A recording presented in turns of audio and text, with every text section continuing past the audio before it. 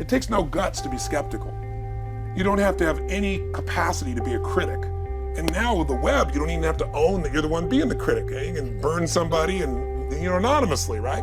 I said, you know what? It takes guts to believe. And if you think something's gonna do it for you without you putting your guts on the line, you might as well forget it right now. So this idea that I'm skeptical or they gotta prove it to me, it's the biggest lie. What that really is your fear talking. You're so scared of failing, you don't even want to get your hopes up. And if you don't get your hopes up, you might say, well, what if they get their hopes up and somebody gets disappointed? How many disappointments have we experienced in our business careers and in our lives? The difference is some people take disappointment and let it destroy them. Other people take disappointment and let it drive them. And you get to choose. There are those of you with phones, and every new phone that comes out, you get it. Every upgrade, you get it. Every piece of software, you get it. You are upgrading your technology, and you've not upgraded yourself. They haven't got to the point where they're sick and tired of being sick and tired. They just have enough energy to complain about it, and they consider that, in fact, they believe that that's equivalent to doing something about it, just complaining. You've never looked at yourself in the mirror and said, you let you die. Until you get to that point, you let you die. You're not brave enough. You want to put it on somebody else.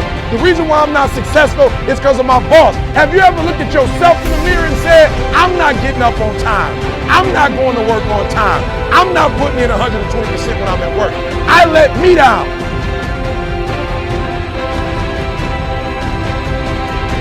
You have to be willing to be the only person for a moment.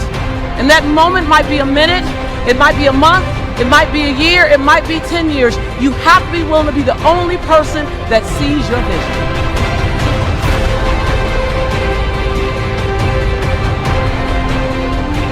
You have to fail a lot. You have to fail early, you have to fail often, and you have to fail forward, right? So I'm trying to get comfortable getting back to failing.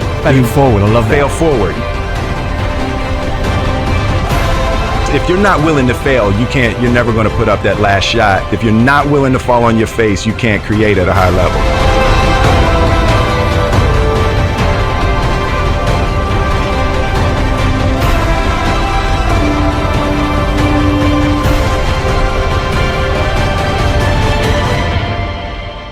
Your life is a product of your decisions, not your conditions.